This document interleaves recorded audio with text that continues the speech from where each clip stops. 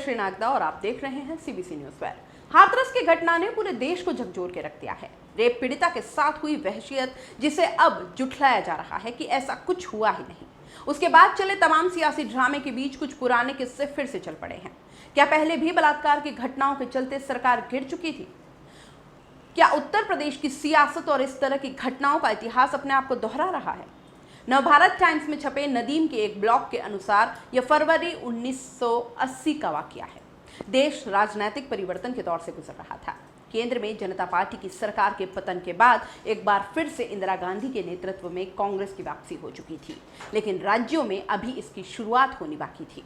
यह तय था कि जब केंद्र में जनता पार्टी की सरकार गिर चुकी है और कांग्रेस ने वापसी कर ली है, तो राज्यों में जनता पार्टी की सरकारों का ज्यादा चलना मुमकिन नहीं है।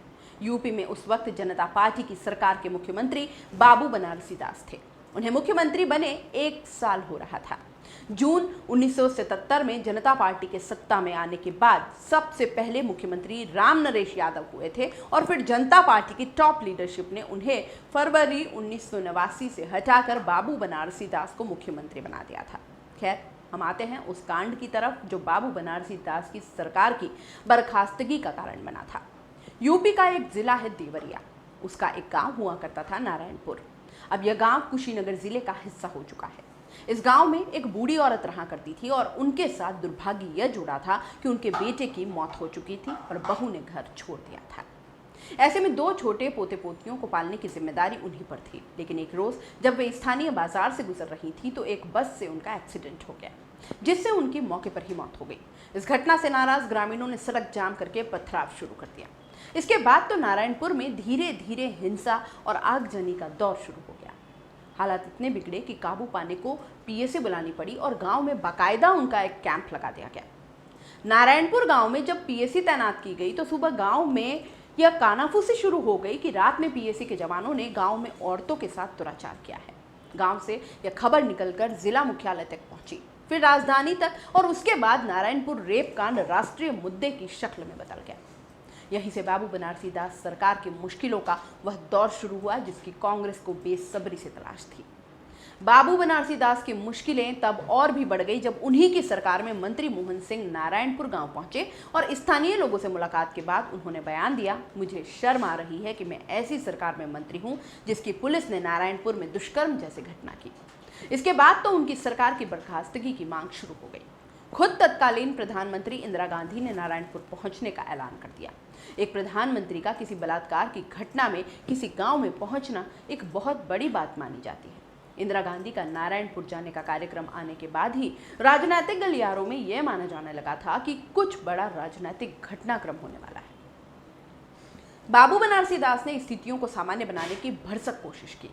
सरकार के अंदर असंतुष्ट खेमे को सहेजा। स्थानीय लोगों से बयान भी दिलवाए कि राज्य सरकार ने अब तक जो कार्रवाई की है उससे वे संतुष्ट हैं, लेकिन कोई भी कोशिश उनके लिए राहत का सबब नहीं बन पाई। इंदिरा गांधी ने कार्यक्रम के मुताबिक अपना दौरा किया और 17 फरवरी 1980 को बाबू बनारसी दास की सरकार बर्खास्त हो गई। एक तरह से राज्य में यह जनता पार्टी के युग का समापन था। बनारसी दास की सरकार बर्खास्त होने के बाद यूपी में 113 दिन राष्ट्रपति शासन लगा रहा। इस वक्त में कांग्रेस ने राज्य में वापसी की तैयारियां की तो इसी बीच नए चुनाव की घोषणा भी हुई। उस वक्त कांग्रेस के लिए सबसे सुकून की बात यह रही कि तब जनता पार्टी 4 धड़ों में बंट चुकी थी। जनता पार्टी जयप्रकाश, जनता पार्टी सेक्युलर चरण सिंह और जनता पार्टी सेक्युलर राजनारायण। मगर ये चारों पार्टियां कांग्रेस के बजाय आपस में ज्यादा लड़ रही थी। इन चारों में चौधरी चरण सिंह के नेतृत्व वाली जनता पार्टी को ही उस चुनाव में सबसे ज्यादा 59 सीटें मिली थी, लेकिन विशाल बहुमत तो कांग्रेस के ही हिस्से में आया। उस वक्त राज्य की विधानसभा में 425 सीटें हुआ करती थी और कांग्रेस को 309 सीटों पर जीत मिली। केंद्र के बाद देश के सबसे बड़े राज्य में भी कांग्रेस की वापसी हो गई थी।